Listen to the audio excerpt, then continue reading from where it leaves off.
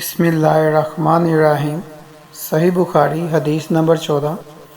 حضرت ابو ہریرہ رضی اللہ عنہ سے روایت ہے کہ بے شک رسول کریم صلی اللہ علیہ وسلم نے فرمایا، قسم ہے اس ذات کی جس کے ہاتھ میں میری جان ہے، تم میں سے کوئی بھی ایماندار نہ ہوگا جب تک میں اس کے والد اور اولاد سے بھی زیادہ اس کا محبوب نہ بن جاؤں۔